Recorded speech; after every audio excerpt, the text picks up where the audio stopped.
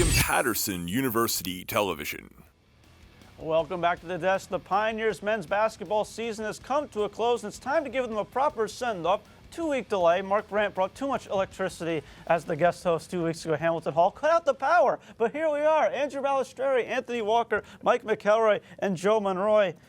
You know, Anthony, you were on the call for this game.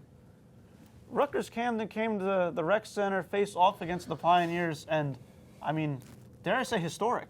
Yeah, I was on the call for this game myself and Andrew Gavin, and what a game it was. We're going to take a look at the highlights here.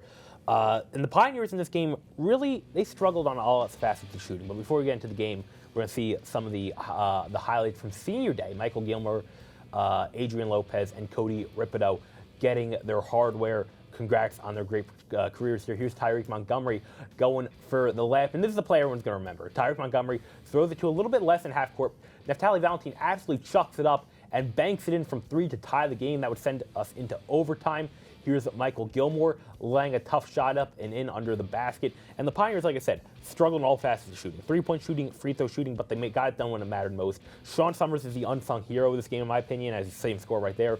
25 points on 8 for 14 shooting. And this was the dagger right here, Neftali Valentin from three. That was only the second three-pointer the Pioneers made all game. That and the three-pointer that tied the game up. So the Pioneers, they turned on when it mattered most. They didn't get it done early in the game, but they got it done late in the game, and they were able to get a big win. They got them done when it counted most. Joe, what did you see from the game? Well, first of all, right off the bat, 5 different Pioneers, all right, double-digit points. That's huge. You know, obviously going to overtime helps, but it's the offensive production to be able to finish the game and win in double overtime. Listen, points in paint 56, and also points off turnovers 27. Again, the turnover game for me is huge. When you're able to convert turnover to points, you're able to win games, and especially when it's tight games as well.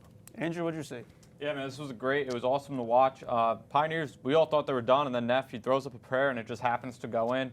Easily one of the best wins, if not the best win of the entire season. And this is a team, this Rutgers-Camden team, they're young, so we're going to be competing with this team for quite a few years to come. So it's good to get the wins over now. Well, if I was Rutgers-Camden, I'd be a little upset after that one. But Mike, what did you see from the game?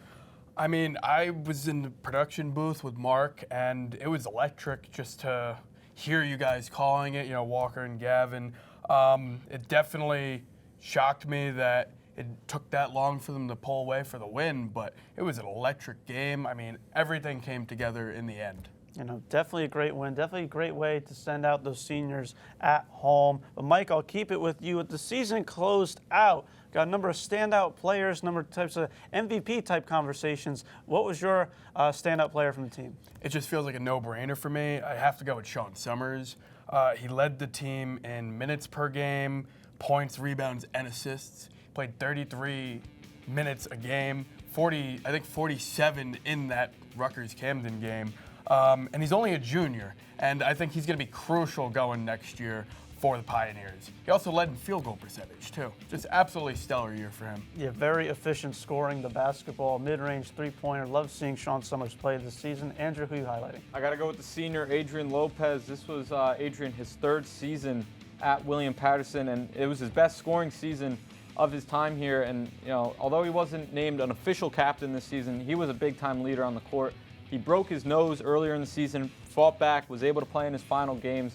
Lopez was great this year. Pioneers are definitely going to miss the energy he brings next year. Yeah, definitely had a lot of clutch shots in his career. Neff had the clutch buzzer this year. Adrian had it last year. I remember that game. Joe, who you got? I'm going with the junior transfer, Tyreek Montgomery. Listen, it's not easy for transfers to just come into a new system under new coach Chapman, but listen, 13 points per game, 45% field goal percentage. He's a guy who's athletic, super fast on the court, speedy, got a lot of skills, not afraid to drive into the paint, also able to shoot the ball as well.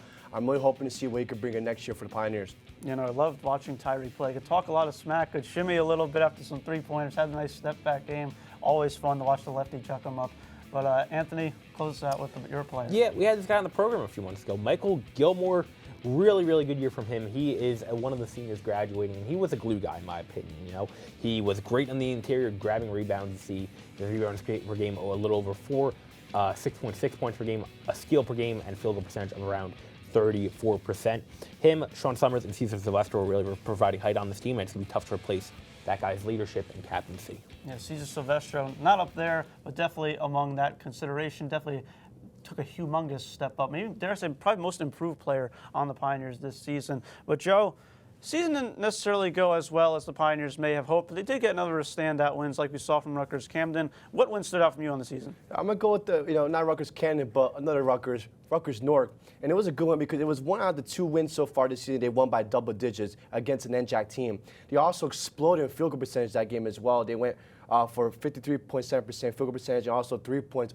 50%. So, they really handled business all game. There was only 4 different lead changes as well that game. So pretty much they handled business, won that game, dominated. But in my opinion, I think that was one of the better wins so far this season, obviously compared to the Camden game this season. So, kudos to that game, and I think that's my pick for this year. Yeah, definitely a big win. Anthony, where are you going? Yeah, I'm really impressed with what the Pioneers did against Kane a few weeks ago. They were 11-7 in the conference, and it shows how talented, the Pioneers team really was. They had a lot of talent on the team. At times, not everything broke their way. They had some bad breaks, but ultimately, this showed how good the Pioneers really were.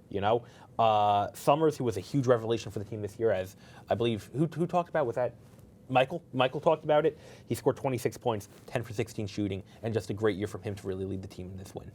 Kane, one of the top teams in all of the NJAC. That was a huge victory at home. Mike, where are you at? It's got to be Rutgers-Camden. It showed a lot of grit to pull out a win in a double overtime game.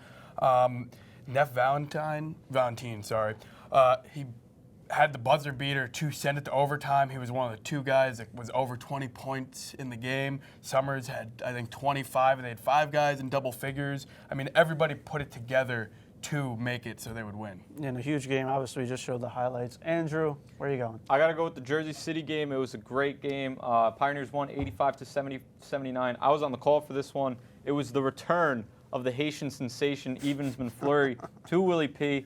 The Pioneers, they shot really well in this one. Adrian Lopez, Sean Summers, both with 20-point games. And this was also the first game of the year that Cesar Silvestro showed everybody what he was really about, and he did not slow down after this one. We know you were excited to be on the call for that one. For a long time. I was excited. Well, always happy to hype you up, Andrew. So we're going to keep it with you. Pioneers, room to improve as always. Any team always has things to improve on next season. What facet of the game would you like to see the Pioneers make some strides in? Yeah, it's got to be size and it's got to be rebounding. The Pioneers, they need to bring more big men in next year. Michael Gilmore, the second tallest guy on the team, he's out now. And that leaves only Cesar Silvestro as the only guy over 6'4". And he's great. He's great at getting inside. He's great at blocking shots, playing good defense in the paint. But they got to bring in guys with size. They're probably the only team in the NJAC without 2 or 3 guys that are over 6'4", and they're just going to get left in the dust if that's the case again next year. Yeah, no, Silvestro, definitely don't want him to be alone in the paint, rebounding. One of the taller guys on the team, definitely he could use some help. Joe?